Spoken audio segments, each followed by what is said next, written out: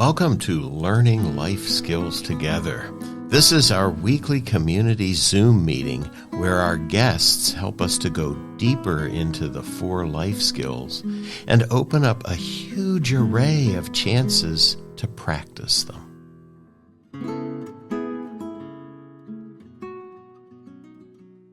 Hello, everyone, and welcome to our weekly Zoom meeting number 41.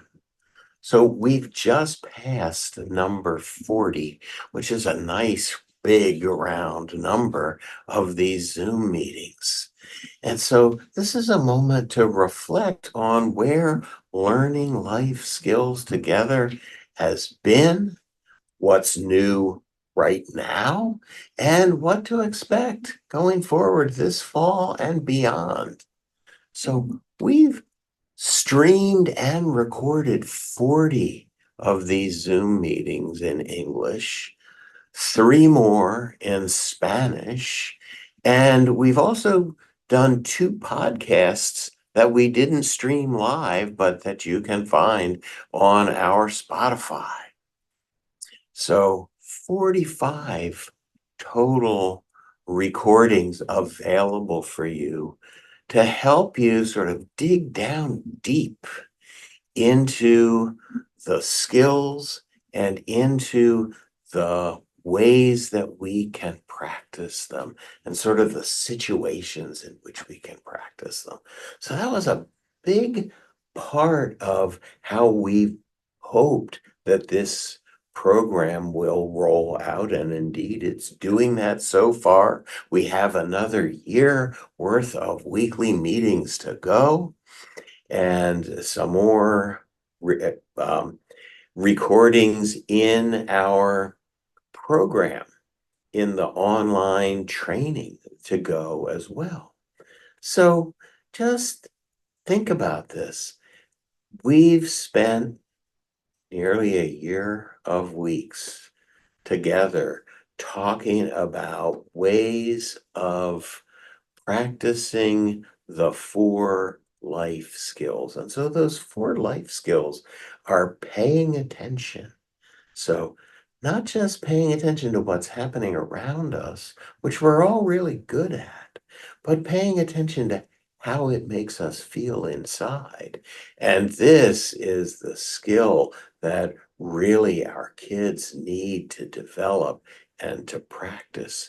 And by practice, I mean over and over and over again. We just need to call ourselves back. How is it for me right now? So when we know that, we have a leg up on everybody else. Most people don't know what's going on with them, and they just react. But when we know how we are, we can respond. And that is really what we want for ourselves and our children. It changes how we relate. It changes how our household, how our relationships run. So really, that is the key skill, paying attention. The next skill is emotion regulation. So when I know how I'm feeling and it's not comfortable, what can I do? How can I help myself in this moment come back into balance, right?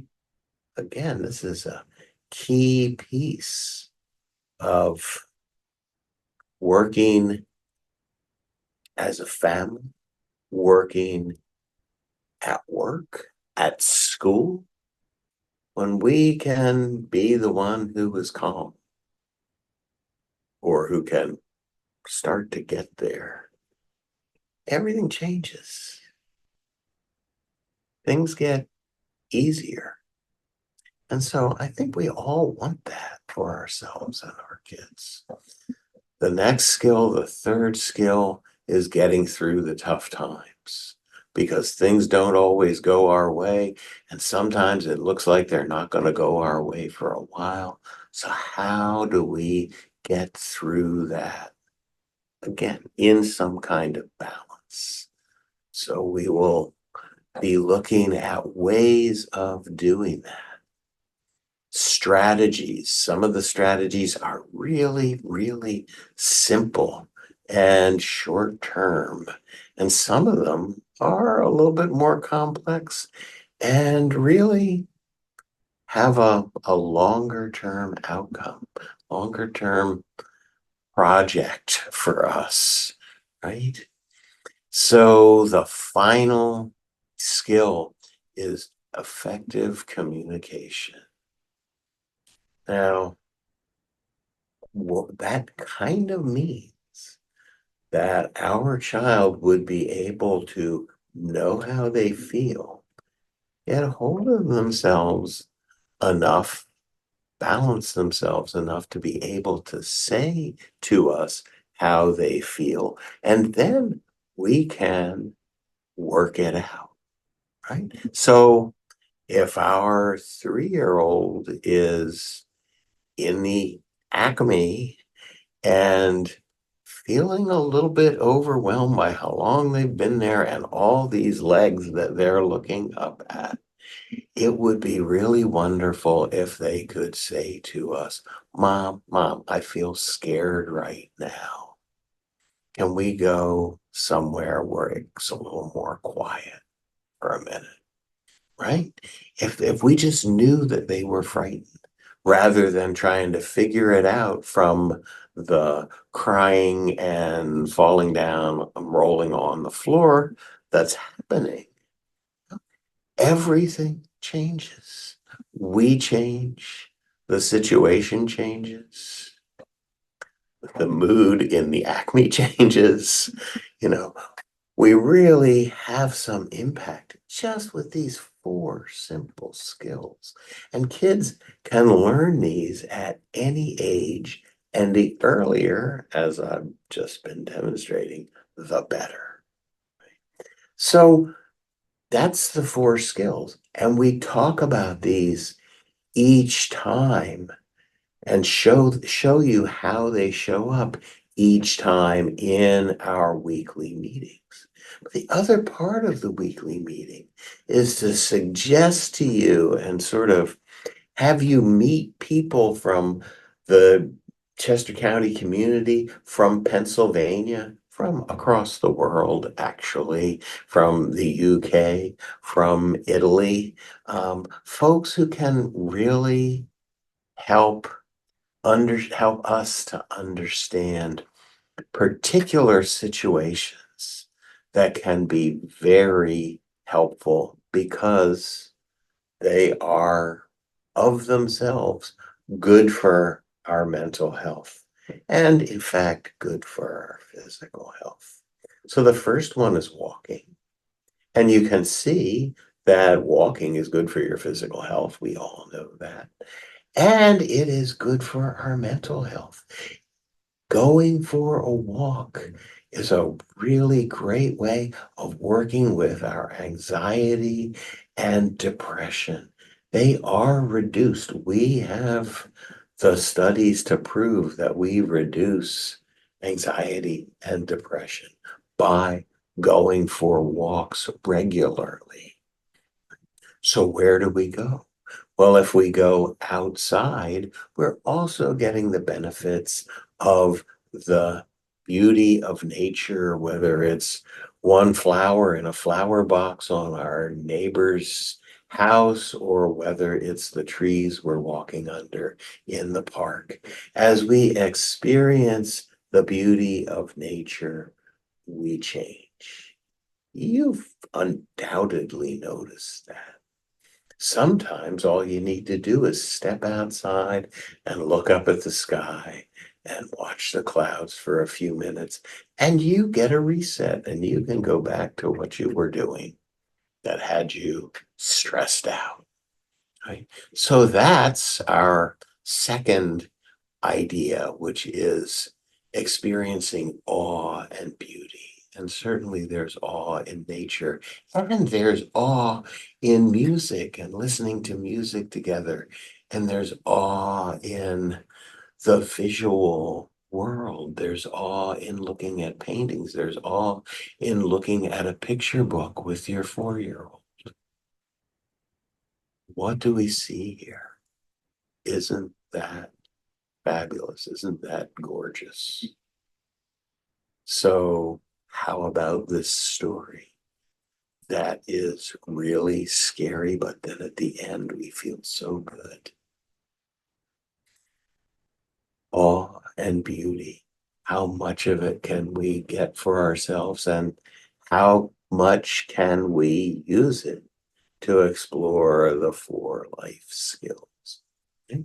The next life skill, or the next context to learn the life skills in, is making. So it might be coming together to make breakfast. It might be planning to build a boat in the basement. Whatever it is, however simple or complicated, we have a sense of accomplishing something in the world. We know that we can make things happen in our world. And don't our kids need to know that they make a difference? And so making things together, again, good for our mental health. Like I say, feeling that sense of accomplishment is one thing. The process of making is another. So think about learning to knit or to crochet or to draw something a little bit complex. We need to focus, we need to concentrate ourselves. And what happens is we're not so worried about the thoughts about ourselves because we have thoughts about this thing that we're making. Right? It takes us out of ourselves. This is really good for managing our emotions and really for getting through tough times, to get ourselves a little bit out of the way so we're not the center of our own attention and be able to go on. So the final piece here, number 4 in the places and ways that we can learn and practice the 4 life skills, is in belonging. So when we belong to a group, I mean, there's lots of memberships we could have. We could sign up for this, we could sign up for that. That's not belonging. Belonging is having skin in the game. Belonging is when you don't show up, something doesn't happen. So this is the feeling that we want our kids to have and the way that we want them to be. It's good for our physical health. It's good for our mental health. And I always like to illustrate this with a very simple thing that we have so much evidence on. There's so many studies that show this, that people who belong to a religious or spiritual organization, whatever it is, it does not matter what religion, denomination, anything else is. If you belong to that kind of community where everybody counts, everybody matters, you are healthier in all probability than people who don't. So, not trying to say that you need to join those groups, but those are just obvious groups where people care about each other and where if you show up, it matters. So those are our 4 skills and our 4 situations, and we've been really going after it in these Zoom meetings. So the last few, we created a series on back to school because it's September and we're going back. I think all three of these are still really, really timely. So number 37 with Sharon Hardy and Romulus Jones from the Coatesville NAACP talked with us about keeping our kids cool and in school. Number 39 with Chris Morcone, who's our clinical consultant. We talked about what can we do to make these early weeks of school easier for everybody, for ourselves and for the kids. And we spoke with Sandy Shack Lady White, who's our special education consultant. And she talked about the challenges that there may be and really encouraged us to keep an eye on the newness of school for a long time. So we may feel like, okay, well, we got through week one, we're done. It's like, no, this is a process that we need to get through. We need to keep paying attention ourselves and keep paying attention to our kids. So, so that's just, something that we have going on here. And, you know, I love all of the podcasts we've done. I have some favorites that I would recommend to you, places to start. But if you're really new to life skills, the very first two meetings, the first with Senator Carolyn Comita, our Pennsylvania state senator from this area, um, is just wonderful. She talks about why she felt that this would be a good idea to have this kind of a preventative mental health program, which is unusual, right? Mostly we're involved in crisis and what to do in a crisis. And here we're saying, let's see if we can entirely avoid the crisis. And so here we are. Senator Comita and I have a great talk about just that. And the next one, number 2, is with Dr. Tammy Benton, who's the psychiatrist in chief at Children's Hospital of Philadelphia. And she talks about the need for more of the preventative style programs. So, here she is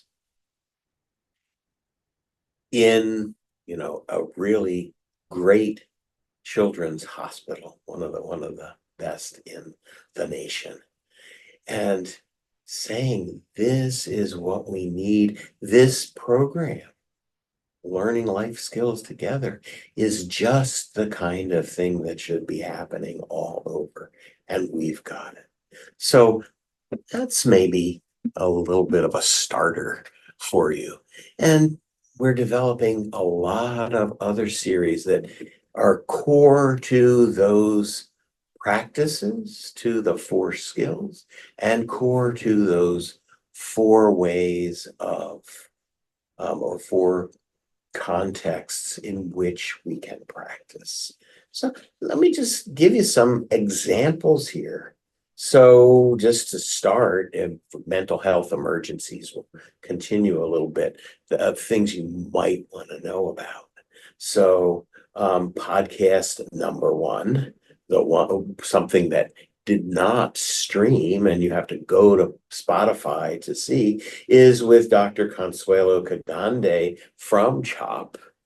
And, we're very concerned that people will find learning life skills together when their child is already in crisis. And that's fine, but we direct them to get help because this is help prior to the crisis. When you're in crisis, we say, call 988. And right on our homepage, right on lifeskillspa.org, lifeskillspa.org. There, let me say it again clearly. Right on the front page there is a block of 988 information. So it's short videos, like 3-minute videos telling you what 988 is, why it's better than calling 911 or going to the emergency room unless it's that kind of an emergency. And really how you can take care of yourself when your child is in crisis, because it's very important that you know what's going on with you and that you can regulate yourself and bring yourself to balance. That is the first thing you can do to help your child.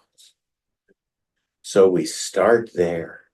Then we have number 4 with Chris Morricone, one of our clinical consultants, and Joe Palmieri, the other one. They're both psychiatric nurse practitioners, and they walk us through what it looks like.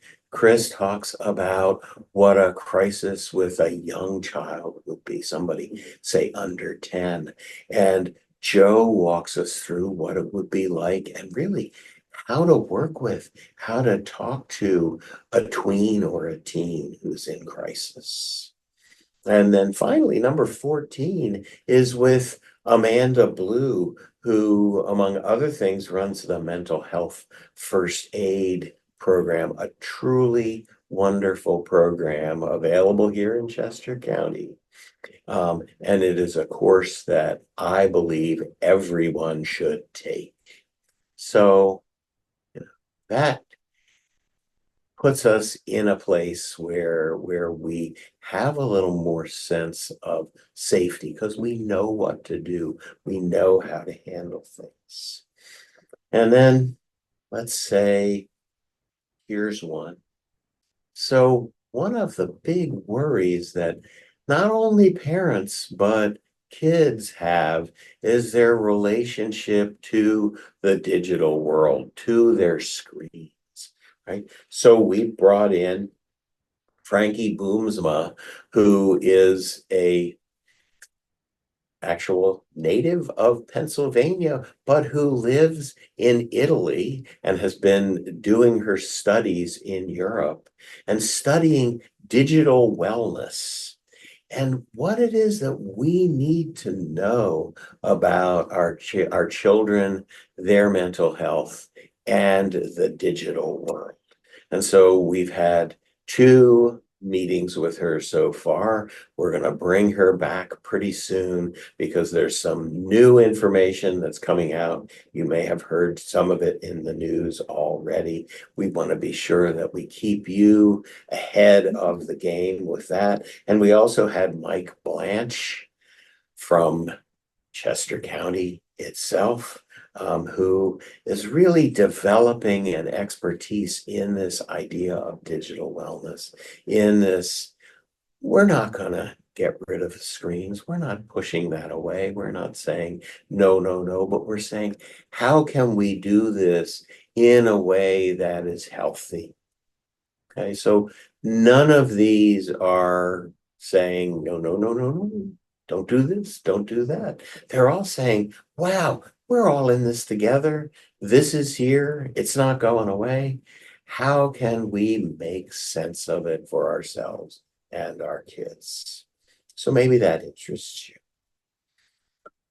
Here's another one. And this is so close to my heart because many in my family are librarians, trained as librarians, users of libraries like myself. So we focused a lot on reading. We have 5 podcasts or Zoom meetings for you on the subject of reading. And so we have podcast number 3. So this is another one of our non-streamed pieces with Josie Billington, who's from a program in the UK called the Reader Organization, which gets people to read out loud together in groups. And she is a professor at University of Liverpool. She and I have done scholarly things together as well about the power of our reading aloud and the power of reading really great stories and poetry. And so let's see, number 12 is with Claire Ellis, who's one of the people who chooses the things to be read for that reader organization and who trains people to help people read together. So she gives us a really good sense of how to do this, how to read together with our kids. We have Danielle Stokes from Chester County Library in Exton, where I've done a number of things with the young kids. Number 20, we did live at Tredyffrin Library, in fact. Number 26 is David Payne from the Oxford Library and Carrie Bresler from the Avon Grove Library. And they both talk to us about the many things that are available through your local library. So there's so much more than books and reading to our libraries, and their programs are extremely varied. In fact, we meaning learning life skills together, went to a fishing tournament that the Oxford Library puts on. So you never know the depths, so to speak, to which libraries will go to get us connected. So how about there we got reading? How about music? So we have number 19 with David Cullen, a composer and guitarist who plays for us. And in fact, he wrote the theme song that you heard at the beginning of this meeting. And we also have Angela Guerriero, who is a faculty member at Westchester in the music therapy department. And she concentrates on younger children. So she did some singing and playing for us. And you are not going to be the only one who enjoys the talk by Angela. She starts with a lullaby. So let's just say that. And then, of course, there's art, as long as we're doing sort of this string. So we've had number 8, Mary Cronin from Brandywine Museum of Art, as well as Liesl Mahoney from Brandywine Museum of Art, both of whom are experts in helping people to look at and see art, particularly with children. So I'll talk a little more about that later. And then we also had an artist. So Liesl Mahoney was number 22. Number 27 is the artist Gregory Blue, who's a really amazing landscape painter from Chester County, painting Chester County landscape, particularly a series in the Stroud Preserve, which he talks about and shows us paintings of. So you know that you can go and look at these all on YouTube as well. So number 27 with Gregory Blue. So how about the whole nature thing, which I think is kind of where I started. So we've really been drilling down into that. There's the just being in nature that I was talking about, where if we just go out for a few moments and experience the beauty, wow, it changes us. And so we had weekly meeting number 3 with Stephanie Armpriester and Julie Steiner from the Brandywine Conservancy, talking us through the land that has been set aside, and there is a ton of it in Chester County, natural land to go and walk on, to go and experience awe in. So then we have number 38 with Gina Strauss, who is from the program in nature informed therapy. So she talks to us about sort of the whole scientific background of being in nature, why it's good for us, how it helps our mental health. So if you want to drill down into that, she and I have a really great talk on that topic. So being in nature, sure. Maybe you don't want to just be in nature. Maybe you want to do something in nature. So how about going birding? Very simple. People might hardly know that you're doing it. You don't even need binoculars or anything else to watch the birds. And they're everywhere because nature is everywhere, right? You can go bird watching, I have noticed, at Home Depot, right? You just walk in, you'll look up, you'll see a number of species of birds living and nesting inside the place. Pretty amazing, but it's even more fun when you're actually outside looking up in the trees. And so, podcast number 2 with Tama Watts is spectacular. She had just published her book, which is called Keep Looking Up, which learning life skills sort of adopted as one of our mottos. It is keep looking up and you will see birds. Keep looking up and you will see birds which will make you feel better. And just plain keep looking up in life, right? Wonderful, wonderful conversation. Another wonderful conversation was with Holly Merker, who lives here in Chester County. Tama lives on the West Coast. So Holly talked to us about places to bird here and how easy it is to get out and go birding. 5 minutes, 10 minutes, walking from your house to your car, driving.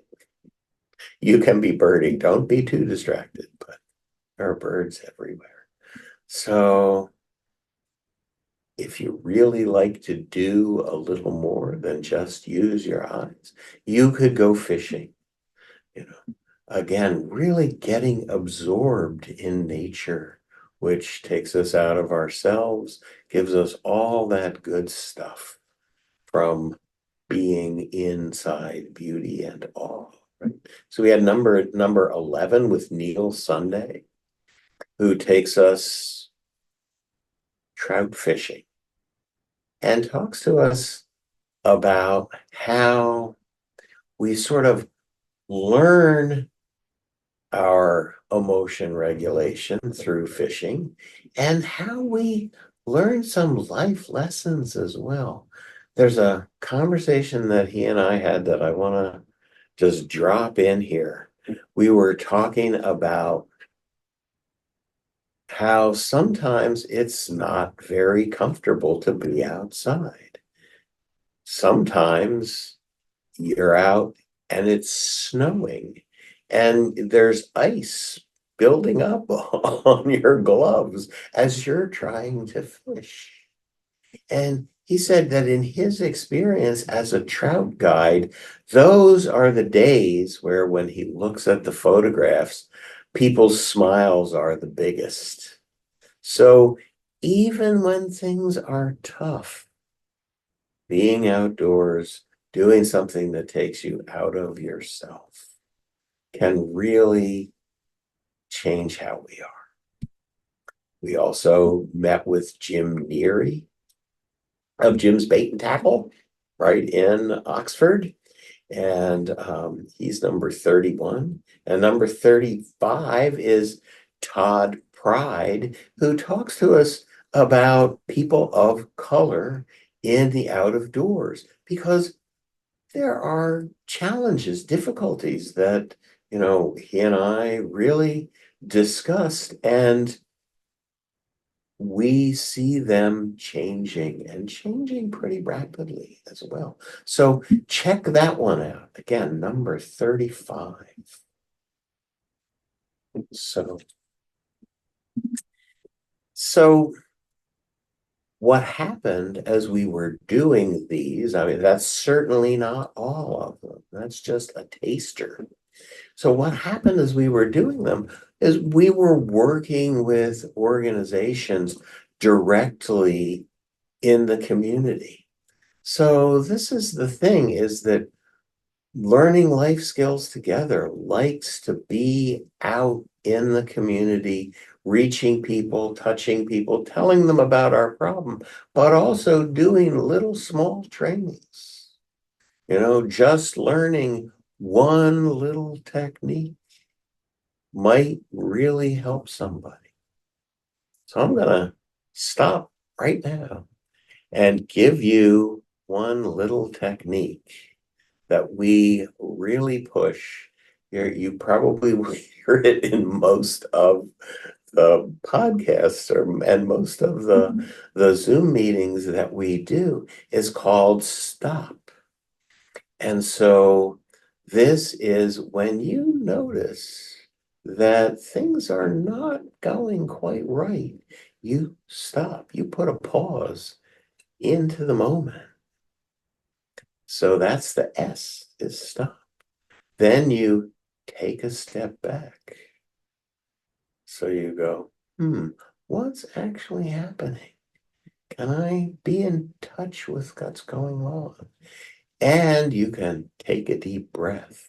So we only put one T in, but so stop, take a step back, take a deep breath, and then, observe. What's really going on here? What do I see happening around me in this situation? And how does it make me feel? So I'm observing outwardly and inwardly. And when I know what's going on with me, now I have the advantage in the situation, right? As we were saying earlier. Now I know. And so I can plan and proceed. I can decide what to do and then do it.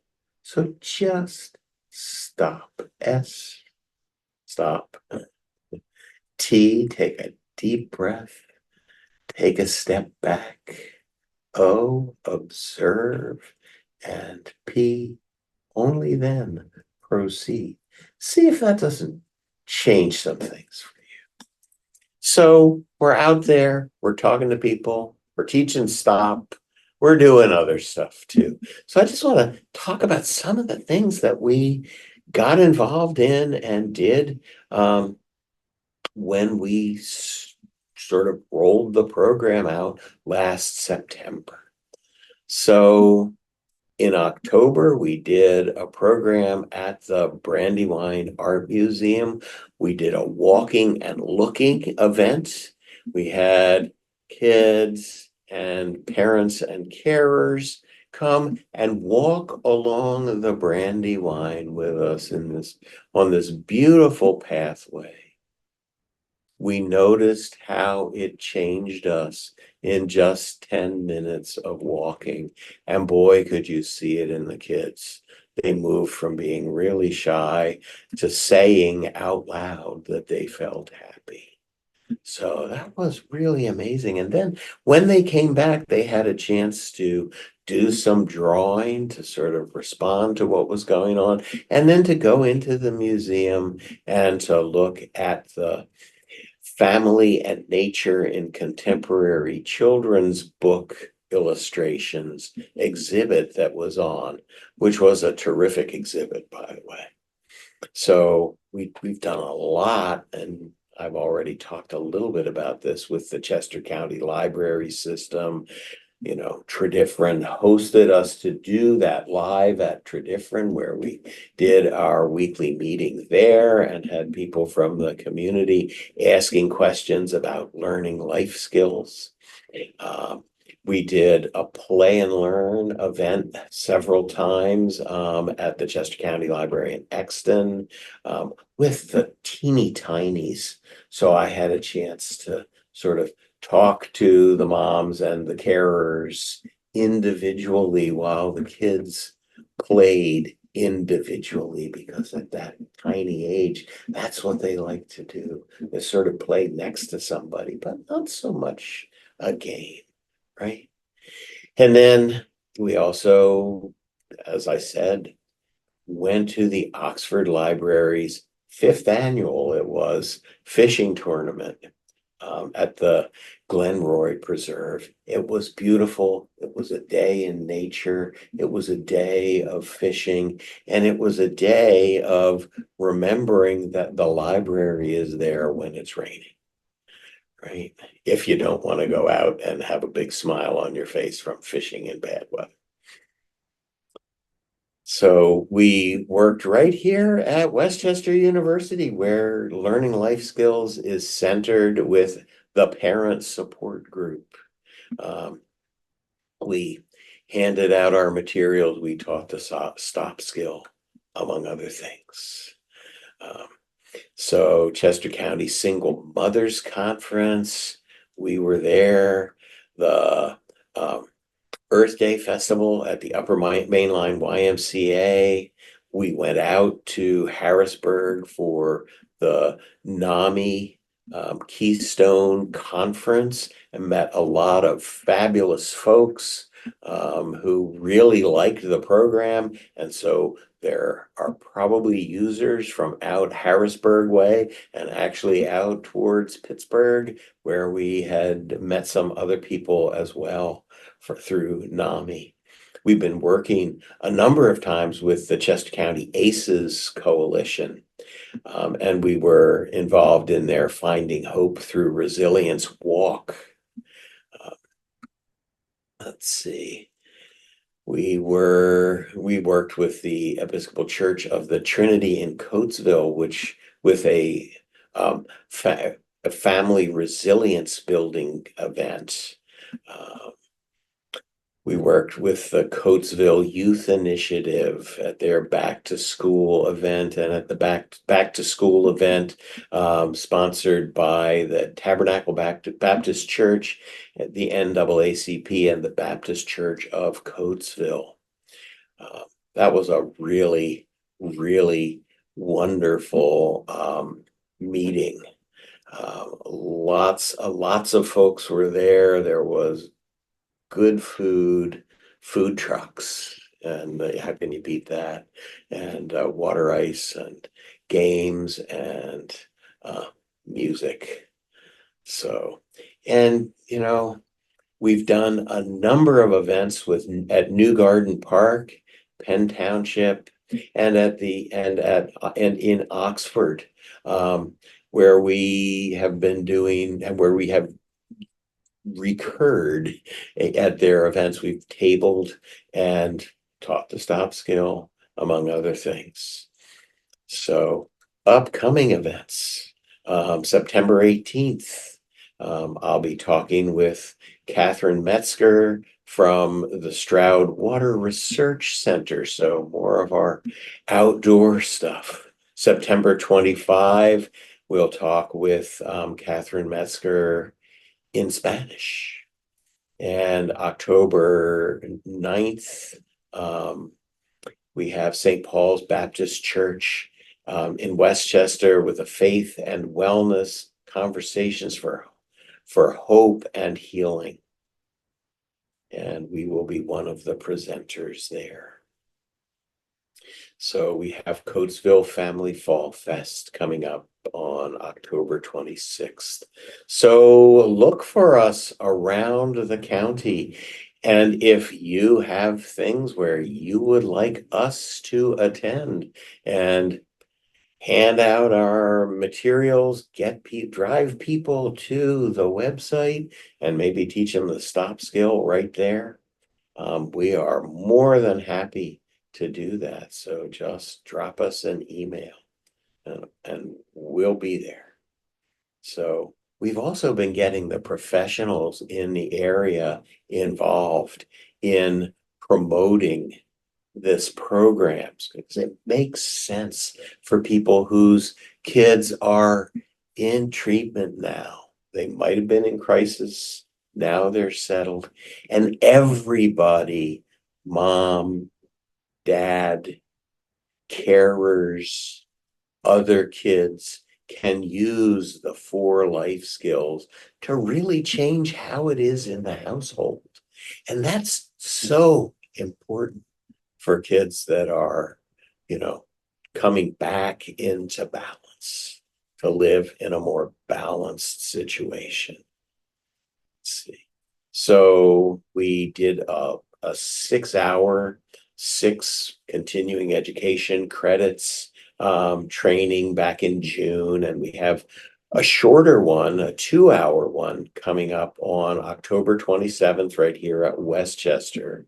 And you'll be able to find out more from our website. So we've really sort of gone at this whole thing backwards now that I think about it. Because the core of our program is our online training. And it's the lead on our website, lifeskillspa.org, by the way, if you forgot.